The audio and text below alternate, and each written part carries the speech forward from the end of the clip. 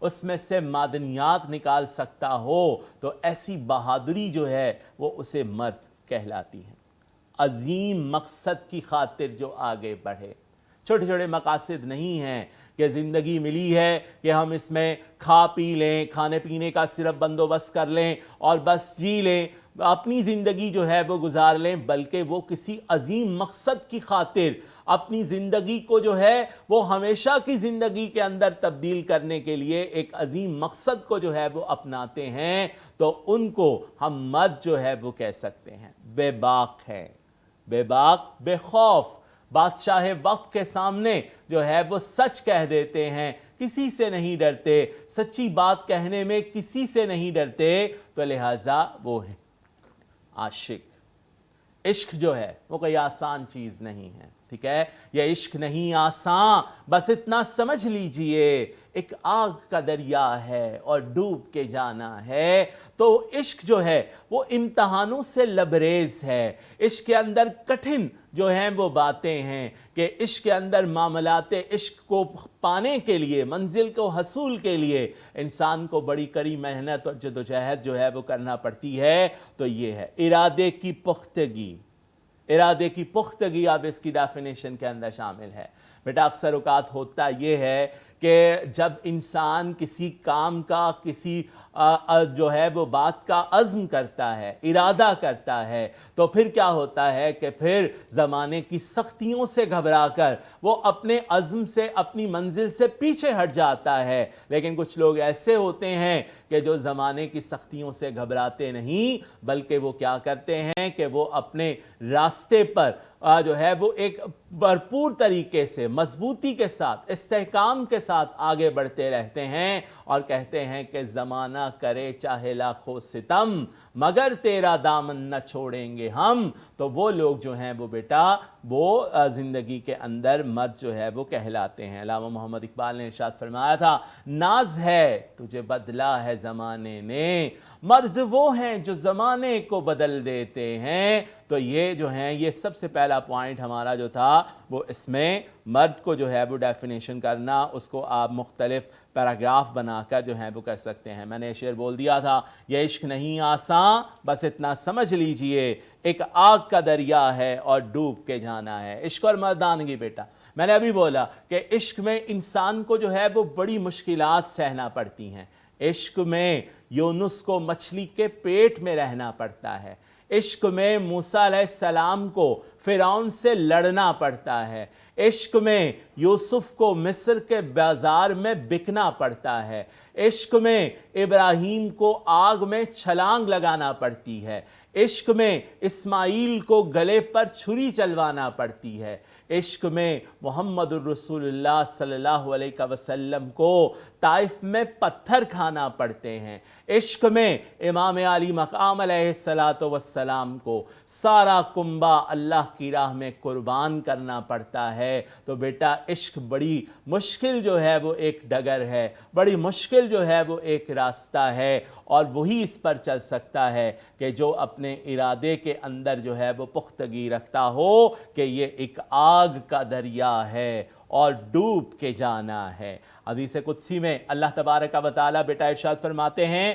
میں اپنے عاشق کو قتل کر دیتا ہوں، کہ جب تک وہ قتل نہیں ہوتا، اپنی ذات کو ختم نہیں کرتا، اس وقت تک وہ جو ہے وہ عشق میں اپنی منزل نہیں پا سکتا۔ لہٰذا یہ حدیث قدسی بھی آپ لکھ سکتے ہیں۔ عظیم مقصد کا حصول ہے بیٹا، کہ مرد جو ہے وہ عظیم مقصد کے حصول کے لیے نکلتا ہے، وطن کی حفاظت کے لیے، لوگوں کے دکھ درد کو بانٹنے کے لیے، لوگوں کی تکالیف کو دور کرنے کے لیے وہ عظیم مقصد کو جو ہے وہ اختیار کرتا ہے۔ جب وہ عظیم مقصد کو اختیار کر لے تو پھر بیٹا اس سے جو ہے وہ اختلاف رکھنے والے اس کے مخالف ہو جاتے ہیں، اس کی راہ میں رکاوٹیں جو ہیں وہ کھڑی کر دیتے ہیں۔ لہٰذا وہ اپنی رکاوٹوں کو جو ہے وہ دور کرتا ہوا اپنی منزل تک چلا جاتا ہے، اور آخرکار اپنی اس عارضی زندگی کو ہمیشہ کی زندگی کے اندر بدل دیتا ہے۔ جیسے شاعر نے کہا، جس دھج سے کوئی مقتل میں گیا وہ شان سلامت رہتی ہے، یہ جان تو آنی جانی ہے، اس جان کی تو کوئی بات نہیں، اے جذبہ دل گر میں چاہوں ہر چیز مقابل آ جائے۔ آپ نے دیکھا ہوگا حضرت امام عالی مقام نے عظیم مقصد کی خاطر اپنا سارا کنبہ اللہ کی راہ میں قربان کر دیا۔ آپ نے دیکھا وطن عزیز کی خاطر کس قدر لوگوں نے جو ہے وہ اپنی جانیں قربان کی، سپاہیوں نے۔ آپ نے دیکھا قائد اعظم محمد علی جناح نے اپنی ذات کو پاکستان کے لیے وقف کر دیا۔ علامہ اقبال کی یاد آج بھی زندہ ہے کہ انہوں نے عظیم مقصد کے لیے جو ہے وہ اپنے آپ کو جو ہے وہ وقف کر دیا تھا۔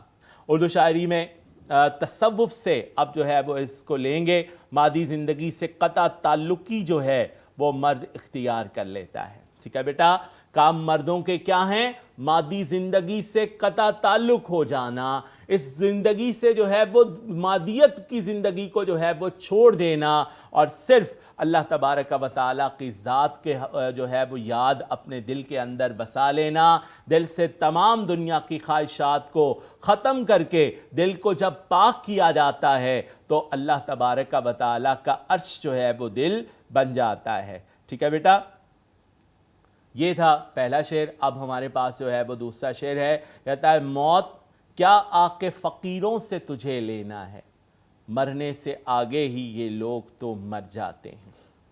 بیٹے اسی طرح سب سے پہلے یہ بڑا آسان سا ایک شعر جو ہے وہ ہوگا آپ کے لیے، مفہوم اس سے پہلے ہے، اے موت تجھے فقیروں سے آ کے کیا لینا ہے، یہ تو مرنے سے پہلے ہی مر چکے ہوتے ہیں۔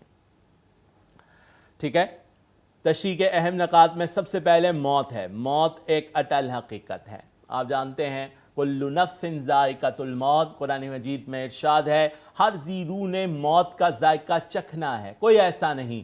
وہ کہتا ہے، پنجابی کا ایک شاعر جو ہے وہ بیان کرتا ہے کہ کتھے ہے دارات سکندر، موت نہ چھڈ دی پیر پیغمبر، کہ موت تو پیروں پیغمبروں کو بھی آ گئی ہے، تو پھر کوئی بھی موت سے بچ نہیں سکتا۔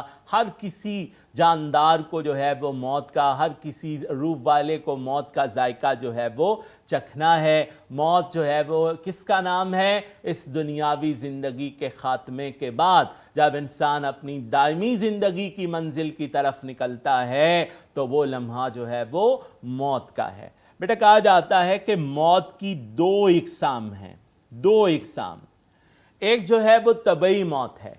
طبعی موت یعنی جب انسان کی سانسوں کی ڈور ٹوٹ جائے، جب دنیا سے اس کا ناتا ٹوٹ جائے، جب اس کے جسد حاقی کو قبر کی مٹی تلے جو ہے وہ دفنا دیا جائے، جب اس کا جسم جو ہے اس کا رابطہ اس دنیا سے ٹوٹ جائے تو وہ جو ہے وہ بیٹا طبعی موت کہلاتی ہے۔ ٹھیک ہے، اور ایک موت جو ہے وہ نفس امارہ کی موت ہے۔ نفس امارہ جو وہ ہے کہ جو انسان کو دنیا کی طرف راغب کرتا ہے، جیسا کہ شیطان نے اللہ تبارک و تعالیٰ سے کہا تھا کہ قَالَ فَبِعِزَّتِكَ لَأُغْوِيَنَّهُمْ أَجْمَعِينَ، اے میرے رب مجھے تیری عزت کی قسم ہے میں انہیں روکوں گا۔ تو اللہ تعالیٰ نے کیا ارشاد فرمایا تھا کہ جو میرے بندے ہوں گے اِنَّ عِبَادِي لَيْسَ لَكَ عَلَيْهِمْ سُلْطَان، بے شک جو میرے بندے ہوں گے وہ تیرے کہنے میں نہیں آئیں گے۔ تو جو شیطان کی اس خواہشات کو اپنے دل سے نکال دیتا ہے، اس پر عمل نہیں کرتا، شیطان کا بندہ بننے کی بجائے رحمان کا بندہ بن جاتا ہے، تو پھر بیٹا وہ کیا ہوتا ہے؟ وہ مرنے سے آگے مر جاتا ہے۔ یعنی اپنی خواہش کو مارنا، مرنے سے پہلے مرنا۔ قرآن نے ارشاد فرمایا موتو قبل ان تموتو، یعنی مرنے سے پہلے مر جاؤ۔ تو ایک موت اس طرح کی جو ہے وہ ہوتی ہے کہ جس میں مرنے سے پہلے مرا جاتا ہے۔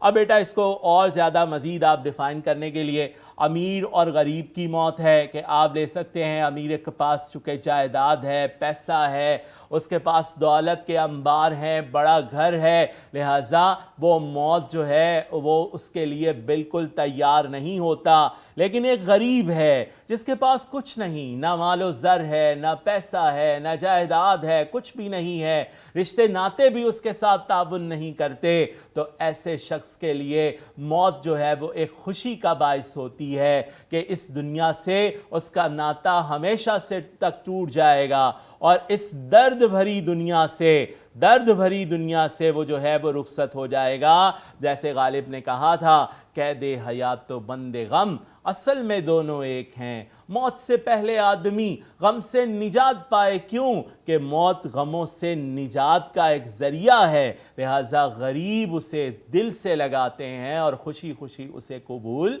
کر لیتے ہیں۔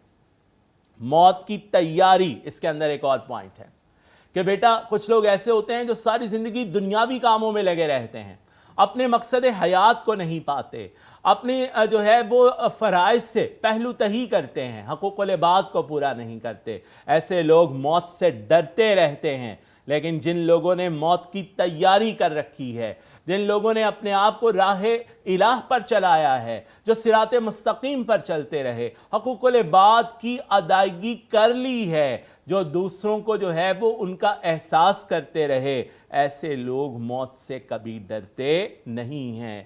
موت ایک ماندگی کا وقفہ ہے، یعنی آگے چلیں گے ذرا دم لے کر کہ اصل زندگی موت کے بعد جو ہے وہ شروع ہوتی ہے۔ موت سے کس کو رستگاری ہے؟ آج وہ کل ہماری باری ہے۔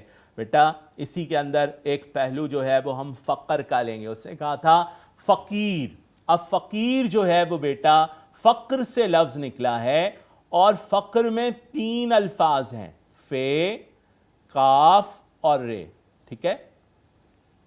فے، کاف اور رے، فقر، 3 الفاظ اس کے اندر جو ہیں وہ بیٹا وہ موجود ہیں۔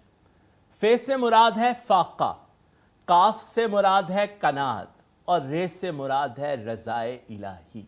یعنی درویش جو ہے جو فاقہ کشی اس لیے کرتا ہے تاکہ وہ نفس امارہ کو شکست دے، جو کہ قناعت کرتا ہے تاکہ اپنے آپ کو جو ہے وہ اللہ کی راہ میں مضبوط کرے، اور رضائے الہی یعنی اللہ تعالیٰ کے آگے سر تسلیم خم کر لے، اس کی رضا کو تسلیم کر لے، تو بیٹا ایسا شخص جو ہے وہ درویش کہلاتا ہے۔ اور وہ شخص چونکہ ساری زندگی خدا سے ملنے کی امید کرتا رہتا ہے، دیدار الہی کی امید کرتا ہے، تو موت اس کی راہ میں، زندگی جو ہے وہ اس کی راہ میں رکاوٹ ہوتی ہے، تو موت کو وہ خوشی خوشی گلے لگا لیتا ہے، کیونکہ اس سے اس کے حجابات اٹھ جاتے ہیں، اور بندہ اپنے دوست سے، اپنے محبوب حقیقی سے مل لیتا ہے۔ لہذا اس لیے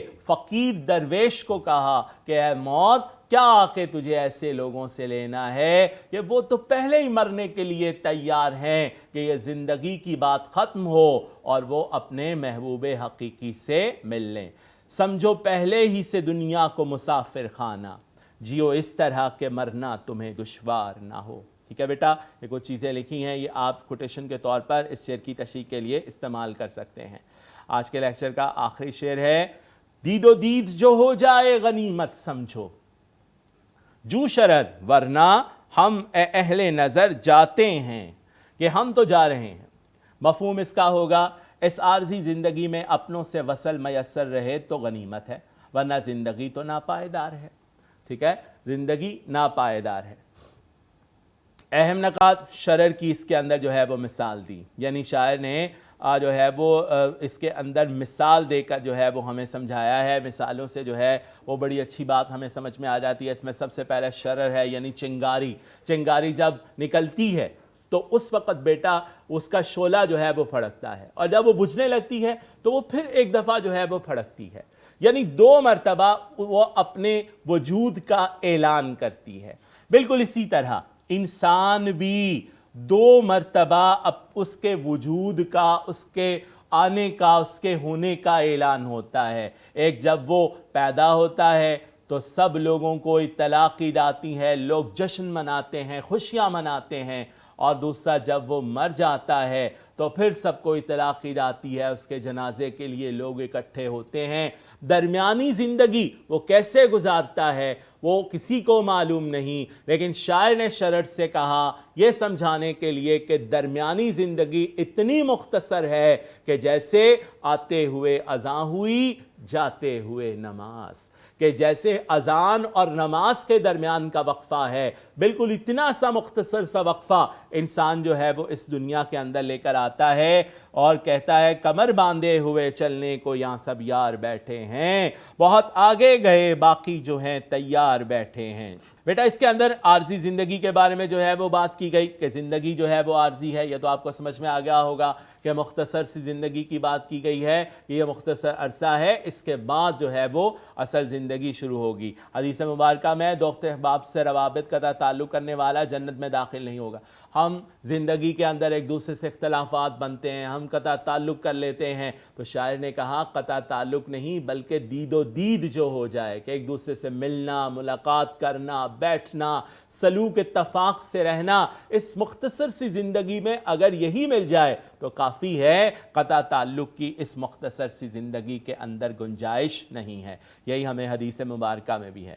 عشق اور دیدار، جب بیٹا عشق کیا جاتا ہے تو عشق میں دو چیزیں جو ہیں وہ عاشق کے لیے ہوتی ہیں۔ نمبر ایک کہ وہ دیدار کریں، محبوب کے دیدار کی خواہش اس کے دل میں بڑھتی رہتی ہے، اس کے دل کے اندر پیدا ہوتی رہتی ہے، لیکن بیٹا اس کے ساتھ ساتھ یہ بھی ہے کہ وہ اس سے گفتگو بھی کرنا چاہتا ہے، وہ اس سے بات چیت بھی کرنا چاہتا ہے۔ تو شاعر نے یہاں پر یہ کہا کہ مختصر سی زندگی کے اندر اگر دیدار محبوب ہی ہو جائے تو یہی کافی ہے، کہ اگر گفتگو نہ بھی ہو اس کے دیدار جو ہے وہی جو ہے وہ اس کے اندر وہ کافی ہے۔ غنیمت ہے یہ دید و دید یاراں، جہاں مند گئی آنکھ میں ہوں نہ تو ہے، کہ جہاں یہ آنکھ بند ہو گئی نہ میں رہوں گا نہ تم رہو گے۔ لہٰذا اس زندگی کے اندر انسان کو چاہیے کہ ایک دوسرے کے ساتھ اچھا سلوک کرے، اچھے سے رہے، قطع تعلق سے گریز کرے۔ یہ بات اس کے اندر شاعر نے جو ہے وہ بیٹا